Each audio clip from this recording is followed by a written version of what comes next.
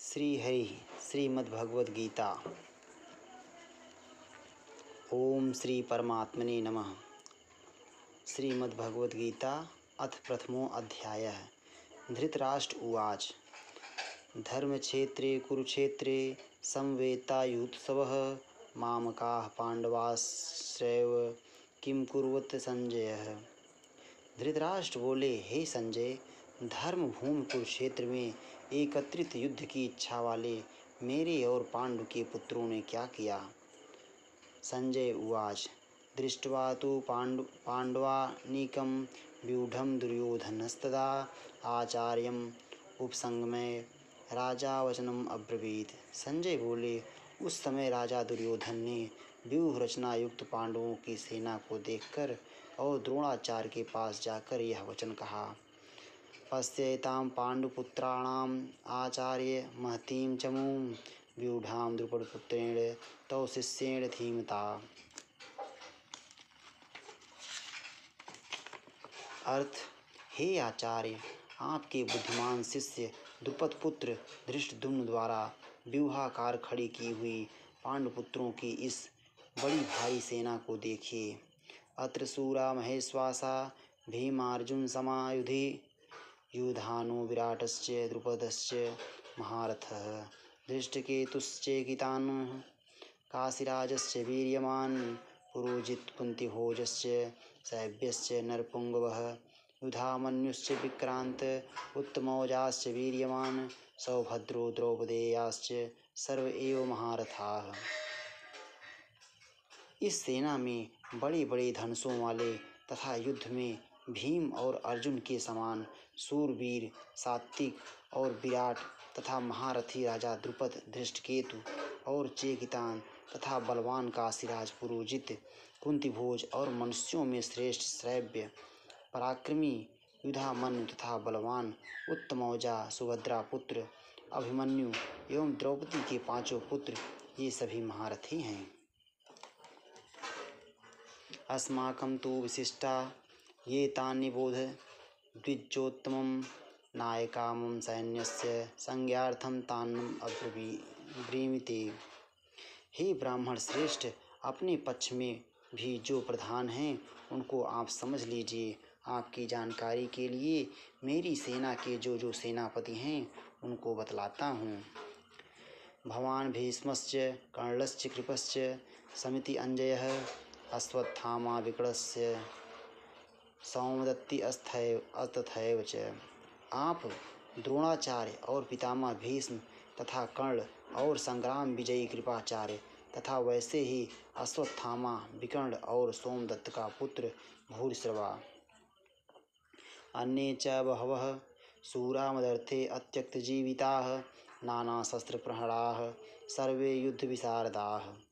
और भी मेरे लिए जीवन की आशा त्याग देने वाले बहुत से सूरवीर अनेक प्रकार के शास्त्रों से सुसज्जित और सब के सब युद्ध में चतुर हैं।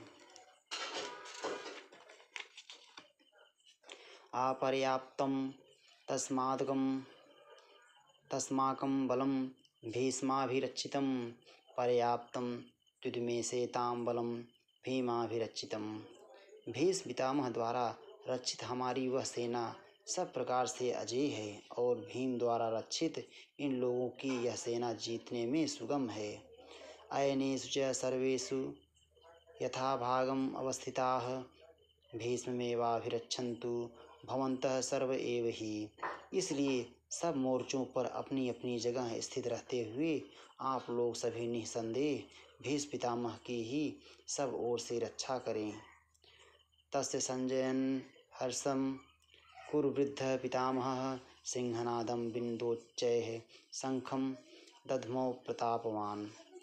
कौरवों में वृद्ध बड़े प्रतापी पितामह भीष्म ने उस दुर्योधन के हृदय में हर्ष उत्पन्न करते हुए उच्च स्वर से सिंह की दहाड़ के समान गरज कर शंख बजाया। ततः शंखाश्च भैर्यश्च प्रणवानक गोमुखाः सहसैवाभ्य हन्यन्त सशब्दस्तु मूलो अभवत्। इसके पश्चात शंख और नगारे तथा ढोल मृदंग और नरसिंहे आदि बाजे एक साथ ही बज उठे उनका यह शब्द बड़ा भयंकर हुआ। ततः श्वेतैर हयैर्युक्ते महति स्यन्दने स्थितौ माधवः पाण्डवश्चैव दिव्यौ शंखौ प्रदत्मतुः। इसके अनंतर सफ़ेद घोड़ों से युक्त उत्तम रथ में बैठे हुए श्री कृष्ण महाराज और अर्जुन ने भी अलौकिक शंख बजाए। पांचजन्यम ऋषिकेशो देवदत्तम धनंजयः पौंड्रम दध्मौ महाशंखम भीमकर्मा वृकोदरः। अर्थ: श्री कृष्ण महाराज ने पांचजन्य नामक, अर्जुन ने देवदत्त नामक और भयानक कर्म वाले भीमसेन ने पौंड्र नामक महाशंख बजाया। अनंत विजयम राजा कुंतीपुत्रो युधिष्ठिरः नकुलः सहदेवश्च सुघोष मणिपुष्पकौ। कुंती पुत्र राजा युधिष्ठिर ने अनंत विजय नामक और नकुल तथा सहदेव ने सुघोष और मणिपुष्पक नामक शंख बजाए। काश्यश्च परमेश्वासः शिखंडी च महारथः धृष्टद्युम्नो विराटश्च सात्विक श्रापराजितः द्रुपदो द्रौपदेयाश्च सर्वशः पृथ्वीपते सौभद्रश्च महाबाहुः शंखान् दध्मुः पृथक पृथक। श्रेष्ठ धनुष वाले काशीराज और महारथी शिखंडी एवं धृष्टद्युम्न तथा राजा विराट और अजय सात्विक राजा द्रुपद एवं द्रौपदी के पांचों पुत्र और बड़ी भुजा वाले सुभद्रा पुत्र अभिमन्यु, इन सभी ने हे राजन सब ओर से अलग अलग शंख बजाए। सघोषो धार्तराष्ट्राणां हृदयानि विदारयत् नभश्च पृथ्वीं चैव तुमुलो व्यनुनादयन्। और उन भयानक शब्द ने आकाश और पृथ्वी को भी बुझाते हुए धार्तराष्ट्रों के अर्थात आपके पक्ष वालों के हृदय विदीर्ण कर दिए। अथ व्यवस्थिता तान् दृष्ट्वा धार्तराष्ट्रान् कपिध्वजः प्रवृत्ते शस्त्र संपाते धनुरुद्यमे पाण्डवः। ऋषिकेशं तदा वाक्यमिदमाह महीपते। अर्जुन उवाच सेनयोरुभयोर्मध्ये रथम स्थाप्य में अच्युत।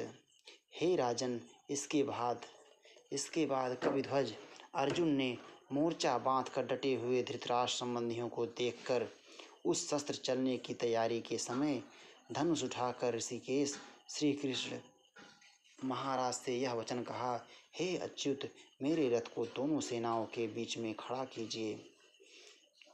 यावदेतानि रीच्छे अहम योद्धुकामा नवस्थितान् कैर्मया सह योद्धव्यम स्मिन्नसमुद्र में। और जब तक कि मैं युद्ध क्षेत्र में डटे हुए युद्ध के अभिलाषी इन विपक्षी योद्धाओं को भली प्रकार देख लूं कि इस युद्ध रूप व्यापार में मुझे किन किन के साथ युद्ध करना योग्य है, तब तक इसे खड़ा रखिए। योत्स्यमानान् वेक्षे अहं य एते अत्र समागता धार्तराष्ट्रस्य दुर्बुद्धेर्युद्धे प्रेचिकीर्षवः। दुर्बुद्धि दुर्योधन का युद्ध में हित चाहने वाले जो ये राजा लोग इस सेना में आए हैं, इन युद्ध करने वालों को मैं देखूंगा। संजय उवाच एवं मुक्तो ऋषिकेशो गुडाकेशेन भारत सेनयोरुभयोर्मध्ये स्थापयित्वा रथोत्तमम्। भीष्मद्रोण प्रमुखतः सर्वेषां च महेक्षिताम् उवाच पार्थ पश्यैतान् तान् संवेत्ता अनुकुरुनीति। संजय बोले, हे धृतराष्ट्र, अर्जुन द्वारा इस प्रकार कहे हुए महाराज श्री कृष्णचंद्र ने दोनों सेनाओं के बीच में भीष्म और द्रोणाचार्य के सामने तथा संपूर्ण राजाओं के सामने उत्तम रथ को खड़ा करके इस प्रकार कहा कि हे पार्थ, युद्ध के लिए जुटे हुए इन कौरवों को देख।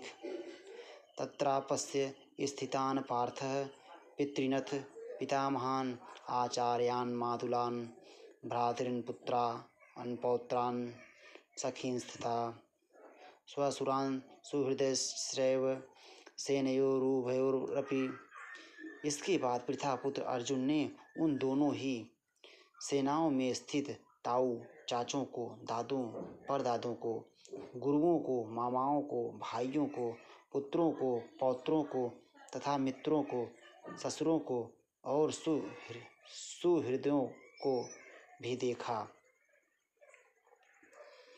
तांसमीक्षसः कौन्तेयः सर्वान् बन्धूनवस्थितान् कृपया पर्याविष्टो विषीदिन्दम् अब्रवीत्। उन उपस्थित संपूर्ण बंधुओं को देखकर वे कुंती पुत्र अर्जुन अत्यंत करुणा से युक्त होकर शोक करते हुए यह वचन बोले।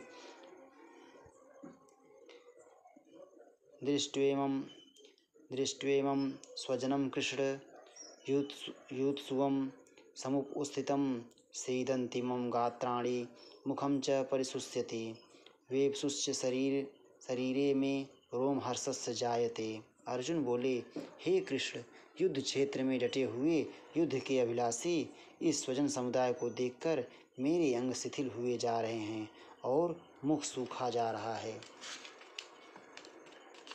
तथा मेरे शरीर में कंप एवं रोमांच हो रहा है। गांडीवम अस्त्रंसते हस्तात्वक्चैव परिदहते न च शक्रोम्यवस्थातुं भ्रमतीव च मे मनः।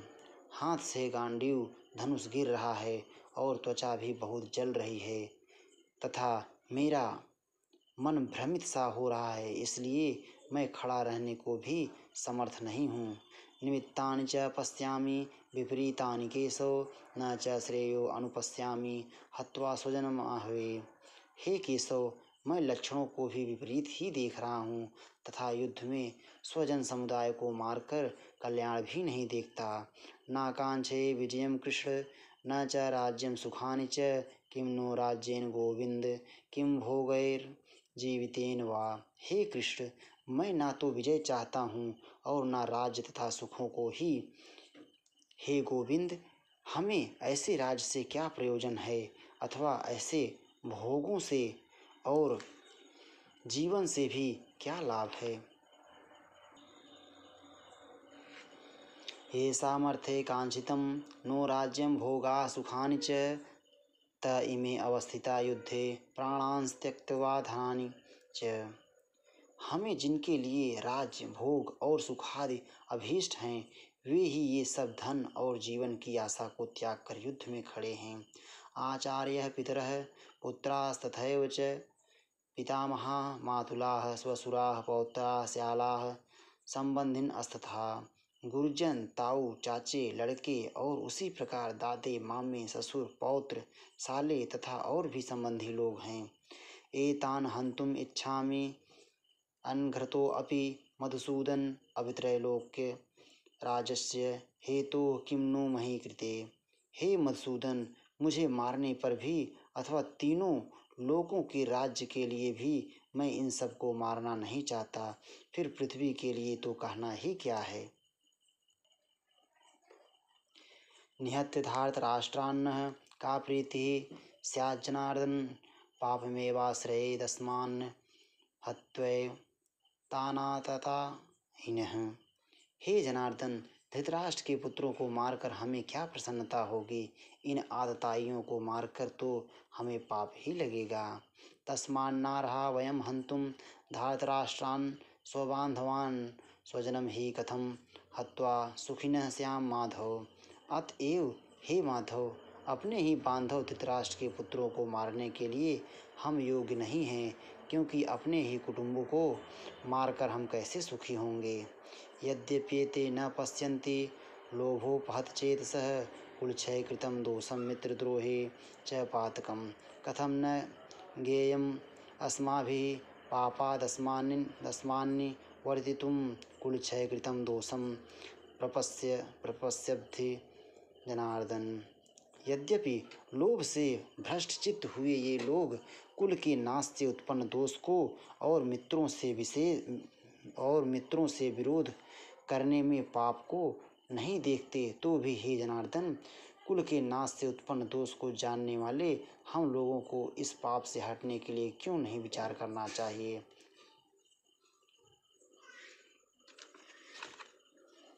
कुलक्षये प्रणश्यन्ति कुलधर्मा सनातनाः धर्मे नष्टे कुलं कृत्स्नं धर्मो अभिभवत्युत।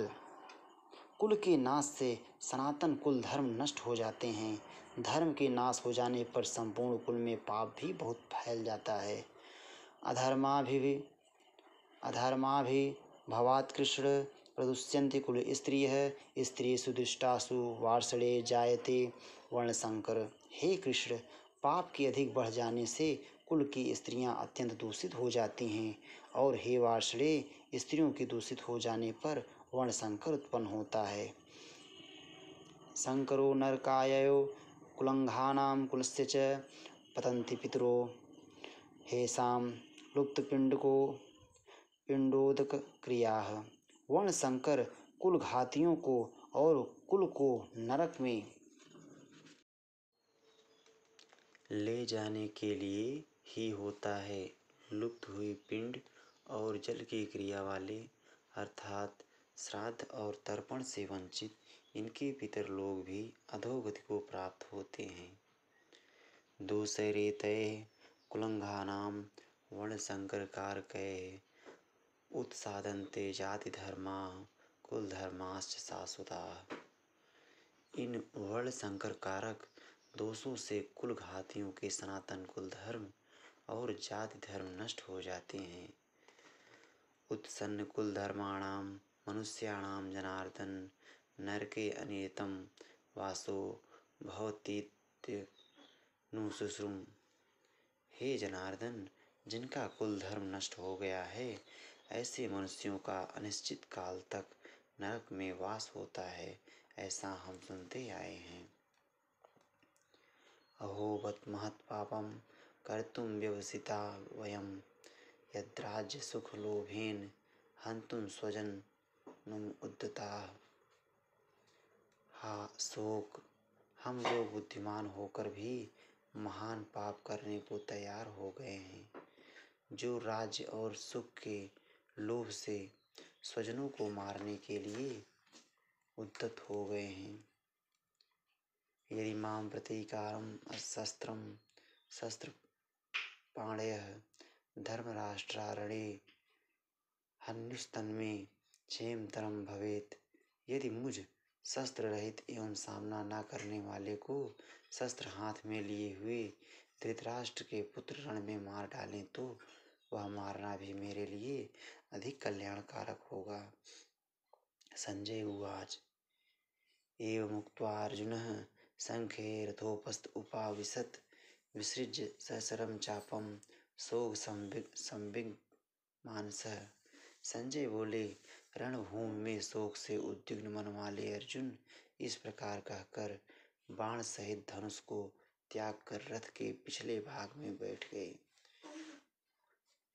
ओम तत्सदित श्रीमद्भगवद्गीता उपनिषत्सु ब्रह्म विद्यायां योग शास्त्रे श्री कृष्ण अर्जुन संवादे अर्जुन विषाद योगो नाम प्रथमो अध्यायः। श्री राधा वल्लभ।